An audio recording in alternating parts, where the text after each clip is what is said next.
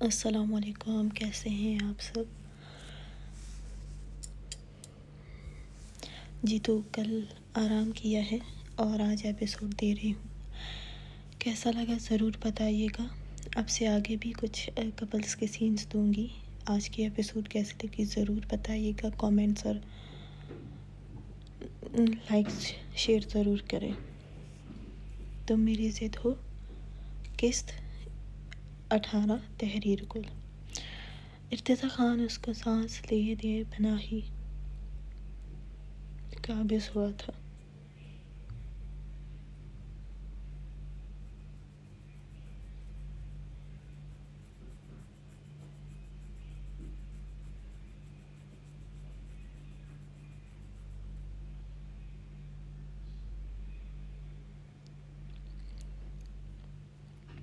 وہ ساکت تھی اور اس کو ساکت بنا کسی حرکت کے محسوس کرتے ہوئے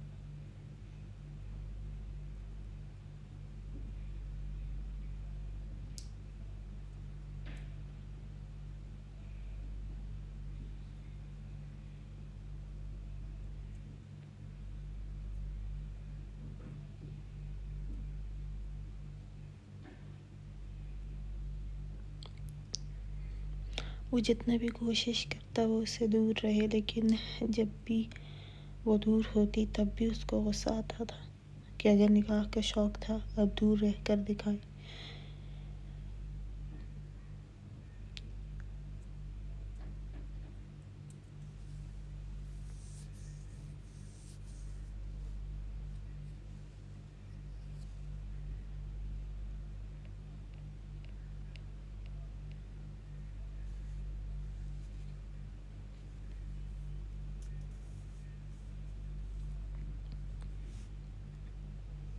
اور اس کی گردن پر، شرٹ پر اس کی مٹھی میں جکڑا ہوا تھا۔ ارتضیٰ خان ساکت ہوا تھا، عائشہ کی سانس اپنی گردن پر محسوس کرتے ہوئے۔ اسے کچھ ہوا تھا۔ ارتضیٰ خان کو کچھ بے چینی ہونے لگی تھی۔ کچھ لمحے ساکت سا اس کی سانسیں محسوس کرتا رہا تھا، پھر ایک دم سے اس کے بالوں میں ہاتھ الجھا کر اس کا چہرہ اپنے سامنے کیا تھا۔ اس کا چہرہ اپنے سامنے کیا تھا اور اس کو دیکھا تھا۔ عائشہ نے گنی پلکیں اٹھا کر اس کی طرف دیکھا تھا۔ اس کی تیز دھڑکنیں ارتضیٰ خان کو اپنے سینے میں محسوس ہو رہی تھی، اس کو اور بھی بے چین کر رہی تھی۔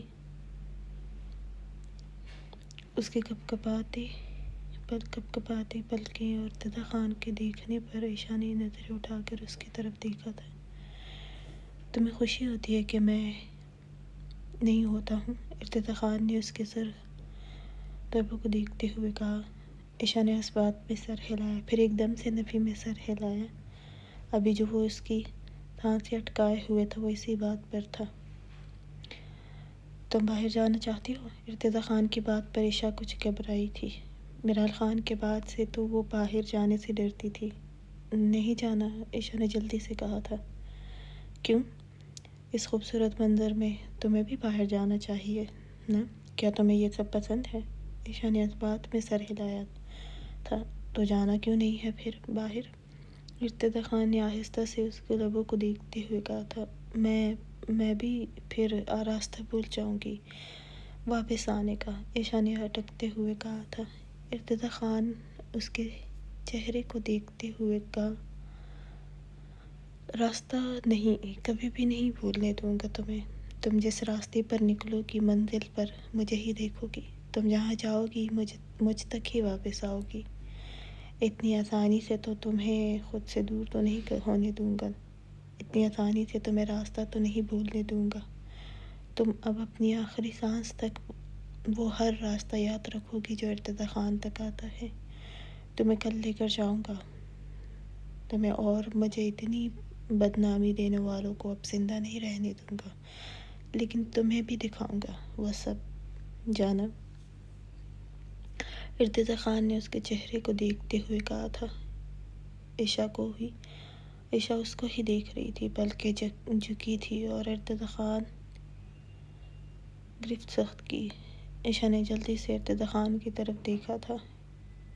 ایسے ہی تو وہ اس کی روح تک اترتا ہے، ایسے ہی نظروں میں سرخی ہوتی تھی، اور ارتضی خان اس کے چہرے پر اب کچھ خوف بھی محسوس کر رہا تھا، شاید اس کے لہجے کی سختی محسوس کر کے، لیکن اس کا خوف زدہ ہونا اس کو اچھا نہیں لگا تھا۔ ارتضی خان نے اس کو بیڈ پر کیا تھا اور خود اس پر آیا تھا۔ اتنا خوف زدہ ہونے کی کوشش مت کرو، سمجھ گئی نا؟ جان بوجھ کر میرا موڈ خراب کرتی ہو تم۔ اتنی خوف زدہ ہوتی ہو مجھ سے تو نکاح نہ کرتی تم۔ عشا نے گھبراتے ہوئے اس کے سینے پر دونوں ہاتھ رکھے تھے۔ ارتضی خان نے اس کا ہاتھ اپنے ہاتھ پہ لیا اور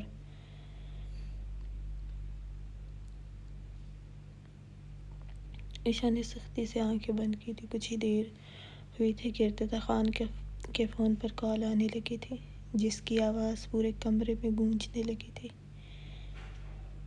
ارتضی خان نے سر اٹھا کر سائڈ ٹیبل سے فون اٹھایا تھا اور اپنے کان سے لگایا تھا۔ ہاں، کچھ بتایا اس نے؟ ارتضی خان کے پوچھنے پر سامنے والے کے جواب پر وہ لب رینچ گیا تھا۔ اس نے کسی بات کو ماننے سے انکار کر دیا ہے۔ ارتضی خان نے گہری سانس لی۔ وہ سچ بول رہا ہے یا نہیں یہ اب ہمیں نہیں پتہ۔ ارتضی خان نے اس بات میں سر ہلایا۔ کل صبح پتہ چل جائے گا، وہ کہتے ہی فون بند کر گیا تھا۔ پھر ارتضی خان کچھ دیر عشا کو دیکھنے کے بعد اس سے دور ہوا تھا۔ صبح میرے ساتھ چلنا یہ جگہ دیکھنے کے لیے۔ عشا نے حیرت سے اس کی طرف دیکھا تھا، جو ایک دم سے اس کی سانسیں اٹکا کر پیچھے ہوا۔ عشا نے رخ موڑ کر ارتضی خان کی طرف دیکھا تھا۔ وہ آنکھیں بند کیے ہوئے تھا۔ عشا بے اختیار خوش ہوئی تھی اور اس سے دور ہونے کو تھی کہ ارتضی خان نے بنا اس کی طرف دیکھے ہی عشا کو اپنے قریب کیا تھا، لے جاتے ہوئے اسے دور جاؤ۔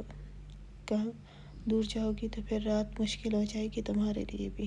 اس کی سخت آواز کمرے میں گونجی تھی، اور عشا جو اس کے سینے پر ہاتھ رکھے اس کے سینے سے نہ لگنے کی، وہ ایک دم سے خود ہی اس کے قریب ہوئی تھی۔ ارتضی خان نے اپنا سخت ہاتھ اس کی کمر کے گرد لپٹا تھا۔ عشا نے گہری سانس لی اور اس کے سینے پر سر رکھا تھا۔ وہ یقین نہیں کر پا رہی تھی، اور ارتضی خان بھی تھک گیا تھا، یا شاید بے چین تھا، اس لیے وہ بھی آنکھیں بند کیے ہوئے تھا۔ عشا کی تیز چلتی وہ خود بھی محسوس کر رہا تھا۔ ارتضی خان نے ہاتھ بڑھا کے ساری لائٹس بند کی تھی اور کمرے میں ایک دم اندھیرا ہوا تھا۔ عشا اب خود ہی اس کے قریب ہوئی تھی، کیونکہ کمرے میں اب بارش اور تیز ہوا کی آوازیں اس خاموشی میں گونج رہی تھی۔ شاید باہر اب بارش بھی ہو رہی تھی اور ہوا بھی چل رہی تھی۔ یہ فارم ہاؤس پہاڑوں کے بیچ میں تھا، اس لیے ساؤنڈ پروف دیواروں سے بھی باہر کی ہوا اور بارش کی آواز کمروں میں آتی تھی۔ اور اب عشا ارتضی خان سے تو نہیں، لیکن اب اس اندھیرے اور باہر کے موسم کی سخت آوازوں سے خوفزدہ ہوئی تھی، اتنی کہ وہ خود اس کے سینے میں چہرہ چھپا گئی تھی۔ وہ ارتضی خان کے سوتے ہی وہ اس سے دور ہونے کا ارادہ رکھتی تھی، لیکن اب تو سوال ہی نہیں پیدا ہوتا تھا دور ہونے کا۔ اس اندھیرے میں اور اس طوفان کی خوفناک آوازوں سے وہ ڈر کے مارے اور بھی اس کے قریب ہوئی تھی، مٹھیوں میں پکڑی تھی۔ ارتضی خان سو چکا تھا، وہ تھکا ہوا تھا، سر میں بھی درد تھا، اس لیے وہ میڈیسن لے چکا تھا۔ اب کمرے میں اندھیرا ہوتے ہی وہ شاید سو گیا تھا، لیکن عشا اس کے ساتھ چپک گئی تھی اور کمفرٹر بھی سر تک تان لیا تھا۔ میرال خان اب کافی اچھے سے چل پھر رہی تھی۔ سب رات کے 2 بجے تک سونے گئے تھے، کچھ اپنے کپڑوں کی تو کچھ ماہنور خان کے ساتھ اس کی شادی کی تیاریوں میں لگی رہی تھی، کیونکہ فارم ہاؤس سے انہوں نے 2 دن بعد واپسی کے لیے نکلنا تھا اور پھر 1 ہفتے کے اندر شادی تھی۔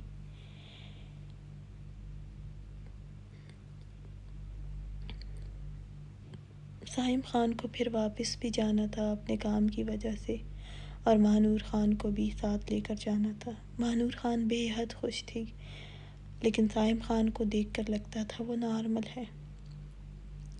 ماہنور خان آج اس کو ہی نوٹ کر رہی تھی سارا وقت، ابھی بھی اپنے بیڈ پر لیٹے اس کے بارے میں ہی سوچ رہی تھی۔ ماہنور خان سنجیدہ مزاج کی تھی، اگر کسی سے ناراض بھی ہو جاتی بس چپ ہو جاتی تھی، کچھ نہیں بولتی تھی۔ وہ خوش تھی کہ اب بس کچھ دن اور ہے اور وہ اس کو پالے گی جس سے اس نے خاموش محبت کی تھی، اور اب وہ اس کو ملنے والا تھا۔ میرال خان صبح جاگ گئی تھی، آج دیر سے بھی سوئی تھی لیکن پھر بھی صبح جاگ گئی تھی، اس لیے اب وہ کچن میں اپنے لیے چائے بنانے لگی تھی۔ سردی کی وجہ سے کوئی بھی نہیں جاگا تھا، یا شاید اب تو اپنے کمروں میں تھے۔ میرال خان نے کچھ سوچ کر وہ افسہ بیگم کے کمرے میں آئی تھی۔ اس نے کومل سے بات کرنی تھی، کیونکہ وہ جب سے یہاں آئی تھی اس نے کومل سے بات بھی نہیں کی تھی۔ اس کا دوسرا فون بھی گم ہو گیا تھا اس دن، اس لیے اب افسہ بیگم کا فون لینا تھا تاکہ اس سے بات ہو سکے۔ افسہ بیگم نماز کے بعد پھر سے سو گئی تھی اور سائڈ ٹیبل پر ان کا فون پڑا تھا۔ حاکم خان بھی کمرے میں ہی تھے، وہ بھی سو رہے تھے۔ اب اتنی سردی میں سب سو رہے تھے، لیکن میرال خان کو کہاں سونا تھا۔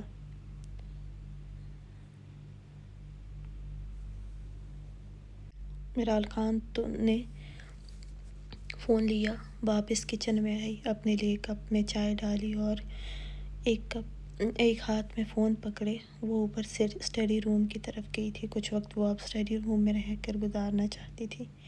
آہستہ چلتے ہوئے اوپر گئی تھی، اسٹڈی روم میں ابھی آئی، دروازہ تھوڑا سا کھلا چھوڑ کر وہ چائے کا کپ ٹیبل پر رکھتی ہوئی فون پر کومل کا نمبر ملانے لگی۔ ایک دفعہ ملانے پر بھی فون کا جواب نہیں دیا گیا تھا، شاید صبح کے 7 کے وقت وہ سو رہی تھی، یونیورسٹی تو جانا نہیں تھا، اس لیے فون نہیں پک کر رہی تھی۔ لیکن میرال خان بھی بار فون کر رہی تھی۔ اس دفعہ کال کرنے پر کومل نے کال پک کی تھی، اور میرال خان کے کانوں سے اس کی جھنجھلاتے ہوئے فون پک کرنے کے بعد اس کی آواز سنائی دی تھی۔ وہ افسہ بیگم کو سمجھ کر جلدی سے سلام کرنے لگی۔ میں بول رہی ہوں، میرال خان نے کتابوں کی طرف دیکھتے ہوئے کہا تھا، اور کومل تپ گئی تھی۔ اس کو نیند سے جگا کر وہ اتنے آرام سے بول رہی تھی۔ کیا مصیبت ہے؟ اتنے صبح کون فون کرتا ہے؟ اور وہ بھی بار جب پتہ ہے کہ میں نہیں پک کر رہی ہوں، سو رہی ہوں، تو نہیں کرنا چاہیے تھا، بعد میں بات ہو سکتی تھی نا ہماری۔ میرال خان نے فون ٹیبل پر رکھا اور دائیں بائیں دیکھنے لگی تھی کہ وہ کوئی چیز ڈھونڈ لے اور اس پر کھڑی ہو کر اوپر سے کتابیں لے، لیکن وہاں ایک ریوالونگ کرسی اور ٹیبل ہی پڑا تھا، باقی زمین پر فلور کشن پڑے تھے قالین پر۔ میرال خان کا کوئی جواب نہ سن کر کومل نے تپے ہوئے انداز میں کہا، سن رہی ہو نا کہ نہیں؟ فون وہ لاؤڈ سپیکر پر کر چکی تھی اور ٹیبل پر رکھ چکی تھی۔ میرا دل کیا ابھی بات کرنے کو، تو میں نے فون کر لیا ہے تو بس کر لیا۔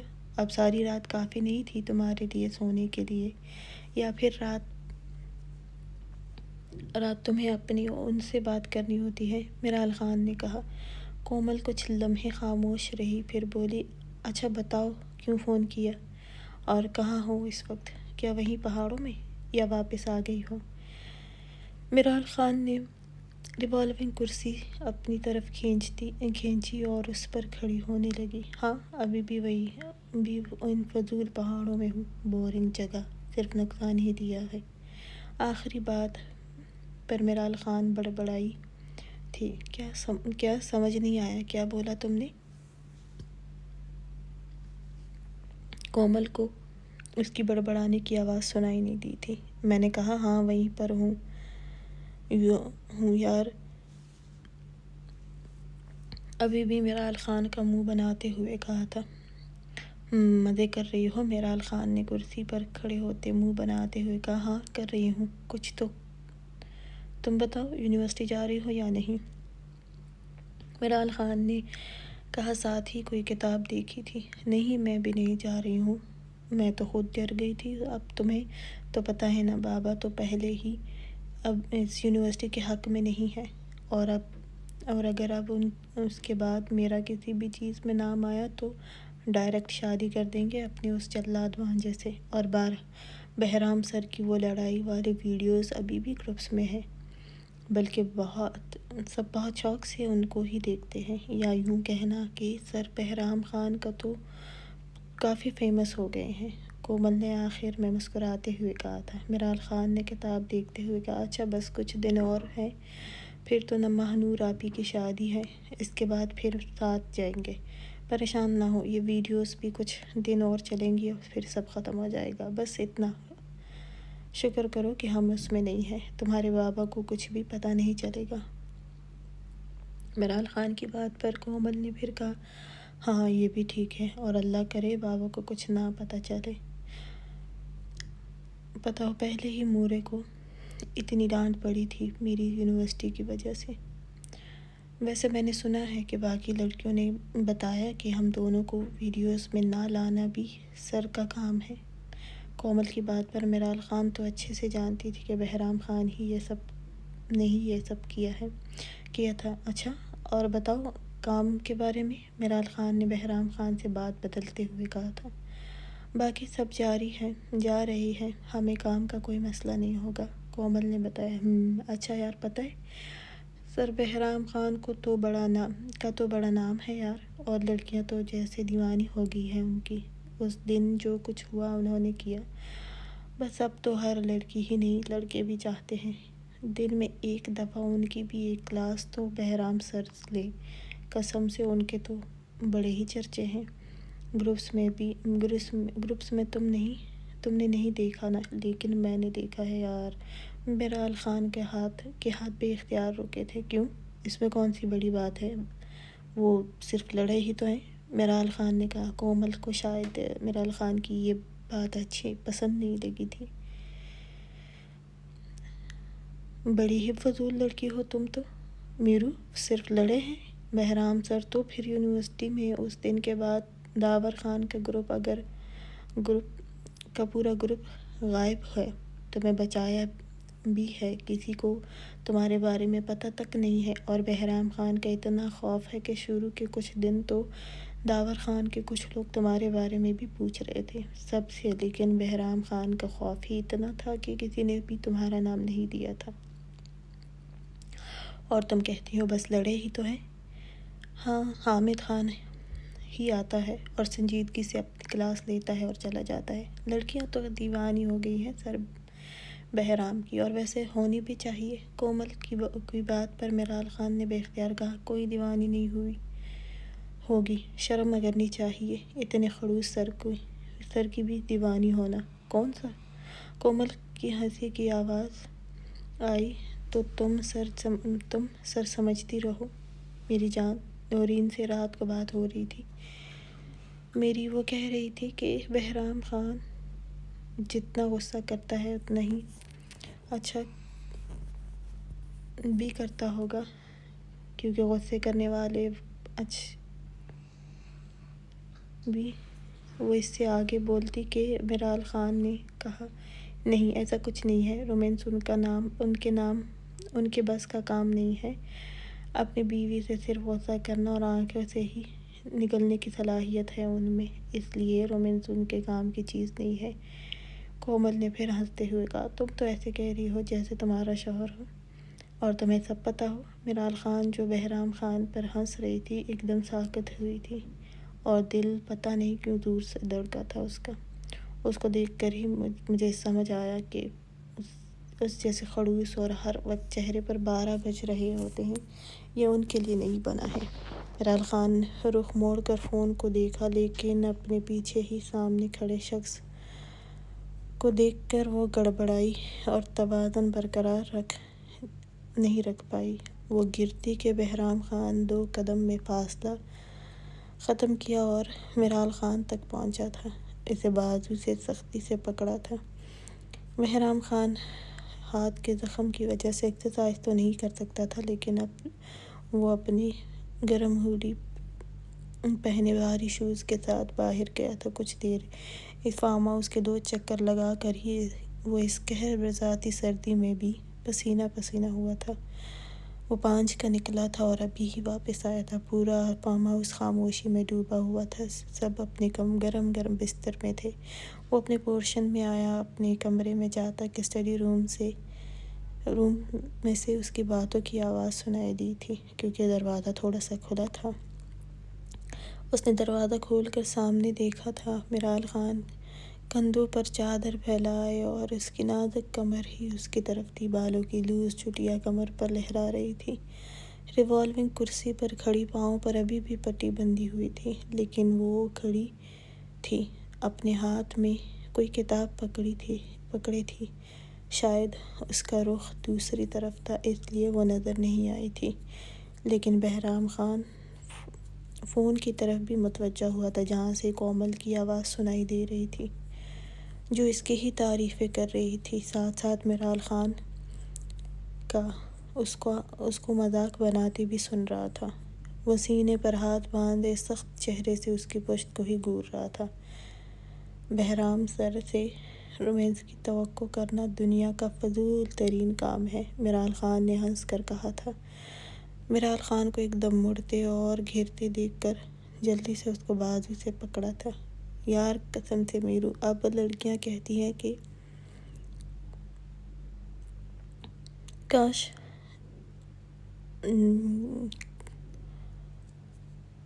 بہرام سر ان کو بچایا ہوتا، ان کے لیے اتنا لڑتے۔ ویسے سب کے آئیڈیل بن گئے ہیں، اور اگر وہ لڑتے ہیں اتنا اچھا ہے تو رومانس بھی اچھا کرتے ہوں گے، اور نہ بھی کرتے ہوں پھر بھی سب کو چاہیے۔ کومل کی باتوں پر میرال خان بری طرح ہڑبڑائی تھی۔ بہرام خان کو دیکھ کر، اب فون کو دیکھ کر کرسی سے نیچے اترنے لگی تھی، لیکن پاؤں میں ہلکی سی ٹھیس اٹھی تھی، شاید زور لگنے کی وجہ سے۔ ویسے تو اب ٹھیک تھی۔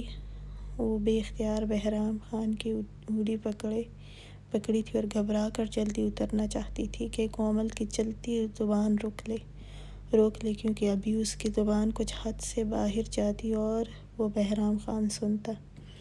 اس کے چہرے کے تاثرات سخت دیکھ کر وہ سمجھ گئی تھی کہ وہ سن چکا ہے ان دونوں کی باتیں۔ میرال خان پہلے ہی فون بند کرنا چاہتی تھی، پتہ ہے نورین تو ہر وقت بس بہرام سر کی ہی باتیں کرتی ہے۔ میرال خان نے جلدی سے کہا، کومل میں بعد میں بات کروں گی۔ میرال خان اس کی فضول باتوں کو روکنا چاہتی تھی۔ کیوں؟ اب جب تم نے مجھے نیند سے جگایا ہے تو اب میں بعد میں نہیں، ابھی ہی باتیں کروں گی۔ تم خود چل رہی ہو، بہرام سر کے بارے میں بات نہیں کرنا چاہتی ہو، اس لیے کہہ رہی ہو۔ بہرام خان اس کے بازو سے ہی پکڑے نیچے اتار گیا تھا۔ منہ سے کچھ نہیں بولا تھا، لیکن چہرہ سخت تھا۔ میرال خان نے اپنے پاؤں کی پرواہ کیے بنا ہی فون کی طرف لپکی، اور ابھی وہ بات کر ہی رہی تھی کہ میرال خان نے فون بند کر دیا تھا اور رخ موڑ کر بہرام خان کو دیکھا تھا۔ وہ آہستہ آہستہ قدم اٹھاتا ہوا میرال خان کے قریب ہوا تھا۔ میرال خان کا دل جیسے خلق میں آیا تھا، اچھل کر اس کے سخت چہرے کو دیکھ کر۔ بہرام خان میرال خان کے قریب ہوا۔ میرال خان پیچھے ٹیبل کے ساتھ لگ کر کھڑی ہوئی تھی۔ بہرام خان اس کے دونوں اطراف میں ہاتھ جماتے ہوئے تھوڑا سا اس پر جھک کر اس کے چہرے کے اڑے رنگ کو دیکھا تھا۔ کس بنا پر تمہیں لگتا ہے کہ میں رومانس نہیں کر سکتا؟ کیا تمہیں دیکھنا ہے کہ بہرام خان کیسا کرتا ہے؟ میرال خان کی جیسے سانس رکی تھی اس کی بات پر۔ میرال خان تھوڑا سا پیچھے ہوئی تھی۔ میں تمہیں تو اچھے سے اپنا رومانس دکھا سکتا ہوں، اور تمہیں کس نے بتایا کہ کرنے کی صلاحیت نہیں ہے۔ ہاں، تم اس طرح کی باتیں کرتی ہو سب کے بارے میں۔ میرال خان نے تھوک نکلا۔ نہیں تو وہ تو صرف بہرام سر، مطلب آپ کیا بول رہی تھی؟ میں کسی کی بات نہیں کرتی ہوں، آپ کی بھی اچھی نہیں لگتی ہے، لیکن وہ کرتی ہے۔ بہرام خان نے کچھ اور بھی اس پر جھک کر کہا۔ لیکن ابھی تو تم نے کہا کہ بہرام خان سے رومانس کی توقع رکھنا دنیا کا فضول ترین کام ہے۔ بہرام خان نے اس کے منہ سے یہ بھی سن لیا تھا۔ تم نے دیکھا کہ میں نہیں کرتا ہوں۔ بہرام خان اور بھی میرال خان پر جھکا اور اس کے کان کے قریب جھکا تھا۔ یہ نکاح چھپا ہوا ہے، ورنہ تمہیں بہت اچھے سے بتاتا، دکھاتا اور کرتا بھی کہ میں کیسے کرتا ہوں۔ مجھے لگتا ہے تمہیں دیکھنا ہے کہ میں کیسے رومانس کرتا ہوں، ہے نا؟ میرال خان اس سے دور ہونے کی کوشش کرتے ہوئے پھسلتی کہ بہرام خان نے اس کی کمر میں ہاتھ لے جاتے اس کو کیا تھا۔ میرال خان کا دل شور مچانے لگا تھا۔ ایک تو اس سے ڈر بھی لگتا تھا، اوپر سے اس کی ساری بکواس وہ سن چکا تھا، اور اب وہ اس کی ہاتھ کی سخت گرفت اپنی کمر پر محسوس کر رہی تھی اور جیسے سانس روکے ہوئے تھی۔ اپنی ایک ہاتھ سے اس کی ہونی سختی سے جکڑے ہوئے تھی۔ ابھی تم نے کہا نا کہ میں اپنی بیوی پر صرف غصہ ہی کروں گا، رومانس میرے بس کا کام نہیں، تو مجھے اندازہ ہوا ہے کہ تمہیں دیکھنا ہے میرا۔ لیکن ہاں، اگر میں کسی من پسند لڑکی سے شادی کرتا ہوں تو پھر ظاہر ہے اس کے ساتھ غصہ تو نہیں کرتا نا۔ لیکن اگر تم اس کی امید کر رہی ہو تو معذرت کے ساتھ مجھے تمہیں دیکھ کر ہی غصہ آتا ہے۔ تو مجھے ایسا لگتا ہے اگر تمہاری خواہش ہے تو پھر وہ پیار سے تو نہیں، غصے سے ہی وہ کروں گا۔ تم جیل لوگی مجھے تو نہیں لگتا مجھے تو نہیں لگتا کہ ابھی وہ اتنا ہی بولا تھا کہ میرال خان نے گہری سانس لی۔ نہیں سوری لالا، مجھے وہ تو کومل ہی ایسی باتیں کرتی ہیں۔ میرال خان کے منہ سے ہمیشہ نکلنے والا لفظ ہی نکلا تھا، اور وہ بھی گھبراہٹ اور شرمندگی کی وجہ سے، ورنہ وہ ایسا کبھی نہ کرتی۔ لیکن بہرام خان نے اس کی نازک کمر پر اپنی گرفت سخت کی تھی۔ میرال خان کو اس کی بے رحم سختی پر اندازہ ہوا تھا کہ وہ کیا بول گئی تھی۔ سوری۔ میرال خان کے سرخ گال پر بہرام خان کی بریتھ مس ہوئی تھی۔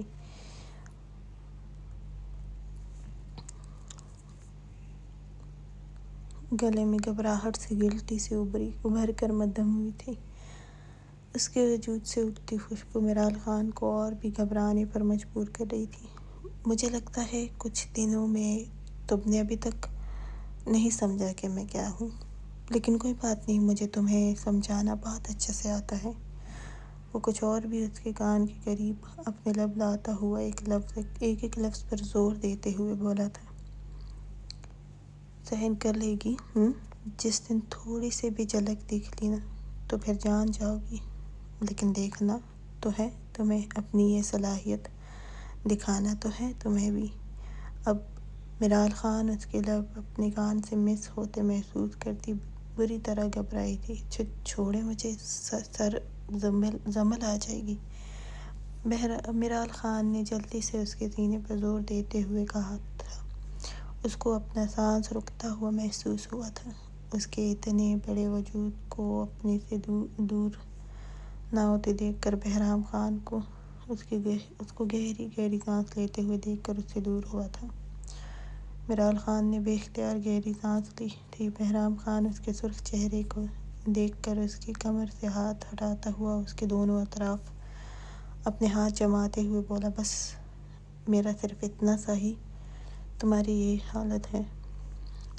حال ہے تو میرا بہرام خان زبان چلاتے ہوئے خیال کرو، کیونکہ میں زبان کا قرض بھی خود پر نہیں چھوڑتا ہوں۔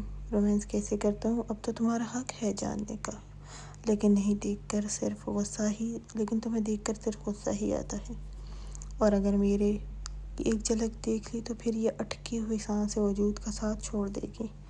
میرال خان گہری سانس لیتے ہوئے آنکھیں جھکائے ہوئے تھی اور آج وہ دعا کر رہی تھی کہ سامنے کھڑے شخص سے ابھی کے لیے جان چھوٹ جائے۔ چہرہ بے حد سرخ تھا۔ بہرام خان اس کے چہرے پر کوئی مسکراہٹ نہیں تھی، چہرہ سخت ہی تھا۔ اس لڑکی کی زبان کو دیکھ کر وہ اب سرخ چہرے کو دیکھ کر گھورتے ہوئے اسے دور ہوا تھا۔ میرال خان اس کو دور ہوتے دیکھ کر ایک دم سے بھاگنے لگی تھی، لیکن کلائی پھر اس کی گرفت میں آئی تھی۔ میرال خان نے گھبرا کر اس کی طرف دیکھا تھا۔ بہرام خان نے اس کی کلائی چھوڑتے ہوئے اپنے ٹراؤزر میں دونوں ہاتھ ڈالتے ہوئے اس کے فون کی طرف اشارہ کیا تھا۔ یہ بل ساتھ لے کر جاؤ۔ میرال خان نے ٹیبل کی طرف دیکھا، فون تھا۔ میرال خان نے جلدی سے آگے ہوئی اور فون اٹھایا اور دروازے کی طرف بھاگی تھی۔ بہرام خان نے اس کے پاؤں کو دیکھ کر لب پیچ سر چٹکا تھا، پھر ٹیبل پر پڑا اس کے چائے کا کپ اٹھایا تھا اور اپنے لبوں سے لگایا تھا۔ زیادہ گرم تو اب بھی نہیں تھی، لیکن اچھی تھی۔ بہرام خان نے ہاتھ میں لیا اور اپنے کمرے کی طرف بڑھا۔ بے وقوف، رومانس دیکھنا چاہتی ہے اس کو میرا، وہ ساتھ ساتھ بڑبڑایا بھی تھا۔ سب کے جانے میں 2 دن ہی رہتے تھے۔ آج بارش جو کہ رات کو بہت ہوئی تھی، اب صرف ٹھنڈی ہوا ہی چل رہی تھی۔ پہاڑوں کو دیکھ کر لگتا تھا کہ سفید چادر اوڑھی ہوئی ہو ہر جگہ پر۔ عائشہ ارتضیٰ خان کی جاگنے سے پہلے ہی جاگ گئی تھی، اس لیے اس کو چھوڑ کر وہ اٹھی تھی۔ اچھا سا تیار ہوئی تھی، مرر میں ایک نظر خود کو دیکھا تھا۔ لبوں پر اس کی شدت رات کو بھی صحیح تھی، زخم نہیں بنا تھا، لیکن وہ پہلے والے پر ہی۔ عائشہ نے گلابی گلوس لگائی تھی۔ وہ کمرے میں آئی۔ ارتضیٰ خان بھی واش روم سے فریش ہو کر نکلا تھا۔ عائشہ سرخ گرم ایمبرائڈری کی شلوار قمیص میں ملبوس ہم رنگ چادر اپنے سر پر اور اپنے وجود پر اچھے سے پھیلائے ہوئے تھا۔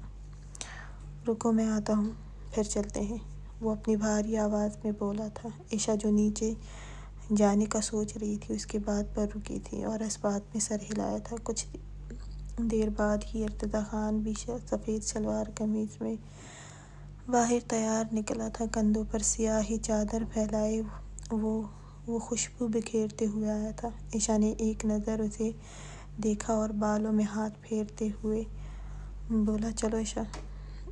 عائشہ بھی اس کے پیچھے ہی دروازے کی طرف گئی تھی۔ وہ لوگ نیچے آئے۔ لاؤنج میں افسہ بیگم اور حلیمہ خان ہی موجود تھی۔ ارتضیٰ خان اور عائشہ کو اتنا خوبصورت تیار اور ایک ساتھ نیچے آتے دیکھ کر دونوں مسکرائی تھی۔ آج صبح صبح کہاں جا رہے ہو؟ افسہ بیگم نے عائشہ کے جھکے سر کو دیکھ کر پوچھا تھا۔ مجھے عائشہ کو یہ جگہ دکھانا ہے، ارتضیٰ خان نے سنجیدگی سے کہا تھا۔ افسہ بیگم نے حیرت سے اس کی طرف دیکھا کہ وہ مذاق تو نہیں کر رہا تھا۔ کہاں تو وہ آگ کی طرح دہکتا ہوا رہتا ہے، اور آج وہ عائشہ کو باہر اپنے ساتھ لے کر جانا چاہتا تھا۔ ارے یہ تو بہت اچھا کیا تم نے۔ اچھا جاؤ، افسہ بیگم نے اپنی حیرت چھپاتے ہوئے کہا تھا، اور ارتضیٰ خان دروازے کی طرف بڑھا تھا۔ عائشہ اس کے پیچھے نہیں جا رہی تھی، اس کے ساتھ جانے سے بھی ڈر لگ رہا تھا۔ افسہ بیگم نے عائشہ کو کھڑے دیکھ کر جلدی سے اس کے پیچھے لگایا تھا، جاؤ بچے جلدی کرو اور مزے کرنا۔ عائشہ نے اس کی چوڑی پشت کو دیکھ کر اس کے پیچھے نکلی تھی، لیکن باہر پہلا قدم رکھتے ہی وہ بری طرح سے کپکپائی تھی اور گرم دوپٹہ اچھے سے اپنے گرد لپیٹا تھا۔ ارتضیٰ کی لینڈ کروزر سامنے ہی کھڑی تھی۔ اس نے رخ موڑ کر عائشہ کو دیکھا تھا جو کپکپا رہی تھی اس بے حد ٹھنڈی ہوا کی وجہ سے۔ ارتضیٰ خان نے اس کے لیے دروازہ کھول کر اس کو بیٹھنے کا اشارہ کیا تھا۔ عائشہ جلدی سے گاڑی میں بیٹھ گئی تھی۔ ارتضیٰ خان نے دروازہ بند کیا تھا اور خود بھی بیٹھ گیا تھا۔ گاڑی نکالی تھی، اس کے ساتھ کوئی گارڈ نہیں تھا۔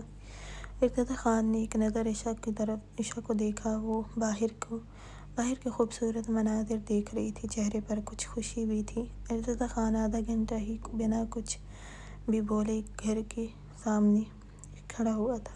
عائشہ نے گاڑی کے رکنے پر ارتضیٰ خان کی طرف دیکھا تھا۔ وہ سخت چہرے سے گاڑی سے نکلا تھا اور عائشہ کی طرف آیا تھا۔ اس کا دروازہ بھی کھلا ہے۔ آ جاؤ۔ عائشہ کو اس گھر کو دیکھ کر، پھر اس کے سخت چہرے کو دیکھ کر گھبرائی تھی۔ میں عائشہ نے اٹکتے ہوئے کہا تھا۔ ارتضیٰ خان اس کو ہی دیکھ رہا تھا۔ ہاں تم؟ پھر اپنا ہاتھ اس کی طرف بڑھا کر اس کو نیچے اترنے میں مدد دی تھی۔ عائشہ نے اطراف میں دیکھا تھا، کوئی نہیں تھا۔ دور تک کہیں گارڈز کھڑے تھے۔ اس کا دل اب بہت تیزی سے دھڑک رہا تھا۔ ارتضیٰ خان داخلی دروازے کی طرف بڑھا تھا اور عائشہ کا کپکپاتا وجود بھی اس کے پیچھے ہی تھا۔ گھر میں ایک ملازمہ تھی جو کہ ارتضیٰ خان کو نظر آئی تھی، اور باقی ہر طرف بالکل خاموشی سی تھی، جسے دیکھ کر عائشہ کا رنگ اور بھی سفید ہوا تھا۔ خان! عائشہ نے گھبرا کر بالآخر ارتضیٰ خان کو پکارا تھا۔ ارتضیٰ خان نے اس کو نہیں دیکھا تھا اور اس کی کلائی سے پکڑا تھا اور ایک کمرے کی طرف گیا تھا۔ اب وہاں سے کسی کے چیخنے اور کراہنے کی آوازیں آ رہی تھی۔ عائشہ کی اب خوف سے آنکھیں نم ہوئی تھی اور دل زوروں سے دھڑکا تھا۔ وجود بھی اب خوف سے لرز رہا تھا۔ ارتضیٰ خان نے دروازہ کھولا تھا، خود بھی اندر گیا تھا اور اپنے ساتھ عائشہ کو بھی اندر لے کر گیا تھا، لیکن سامنے ہی عائشہ کی نظر پڑی ایک شخص کو کرسی پر باندھا گیا تھا اور اس کی حالت خراب تھی۔ گالوں پر بھی زخم کے نشان تھے، جیسے بے دردی سے مارا گیا تھا اس کو، اور ہاتھوں پر بھی بہت بری حالت میں تھا۔ عائشہ نے اس کو دیکھ کر آنکھیں پھیلی تھیں۔ یہ وہی شخص تھا جو اس کو نشے کی انجیکشن لگایا کرتا تھا اور اپنے ساتھ لے کر گیا تھا ڈرائیور کے طور پر۔ عائشہ نے ارتضیٰ خان کی طرف دیکھا تھا، وہ اس آدمی کو ہی دیکھ رہا تھا۔ اب بھی کچھ بتانے کا ارادہ ہے یا نہیں؟ ارتضیٰ خان نے سینے پر ہاتھ باندھے اور کہا تھا۔ میں نے کہا نا، میں کسی کو نہیں جانتا ہوں۔ تم مجھے مارنا چاہتے ہو تو مار دو، لیکن میں کچھ نہیں جانتا ہوں۔ وہ شخص بھی گھبرایا تھا۔ عائشہ اس کی خراب حالت دیکھ کر بری طرح گھبرائی ہوئی تھی۔ اس کو جواب دیتے دیکھ کر ارتضیٰ خان نے عائشہ کی طرف دیکھا تھا۔ جانتی ہو اس کو؟ عائشہ کی آنکھ سے خوف سے ہی ایک آنسو نکلا تھا اور اسبات میں سر ہلایا تھا۔ یہ مجھے لے کر گئے تھے۔ عائشہ نے اٹکتے ہوئے بات پوری کی تھی۔ ارتضیٰ خان نے اسبات میں سر ہلایا تھا۔ جانتا ہوں۔ پھر اس آدمی کی ٹانگ پر ایک ضرب دیتے ہوئے کہا تھا۔ کچھ بتانا ہے یا نہیں؟ یہاں ہی مرنا ہے اب؟ وہ آدمی بری طرح کراہتے ہوئے عائشہ اور ارتضیٰ خان کو دیکھ کر، پھر عائشہ کو دیکھ کر اب گھبرایا تھا، جو ارتضیٰ خان نے بھی نوٹ کیا تھا۔ مجھے اس لڑکی کو لے کر جانا تھا اور اس کو ہوش میں نہیں رکھنا تھا، وہ کراہتے ہوئے بول رہا تھا۔ اس کے عائشہ کو دیکھنے پر ہی عائشہ گھبرائی تھی۔ ارتضیٰ خان نے اس کے قریب ہوتے اس کو اب زور سے مارنے لگا تھا، جو کل سے کچھ بھی ماننے کو تیار نہیں تھا۔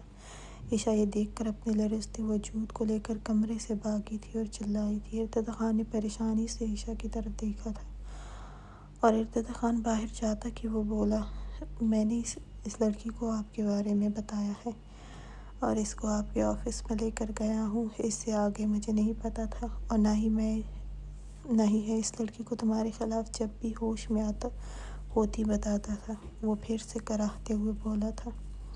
مجھ سے غلطی ہوئی، بس کچھ پیسوں کے لیے میں نے ایسا کیا تھا، اس سے آگے مجھے کچھ نہیں پتا ہے، وہ پھر بولا تھا۔ ارتضیٰ خان کو عائشہ کی طرف جانا تھا۔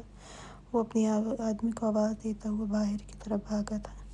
عائشہ بھاگتے ہوئے کھلے دروازے کی طرف گئی تھی۔ وہ ارتضیٰ خان سے بھی ڈر گئی تھی اور اس آدمی سے بھی ڈر گئی تھی۔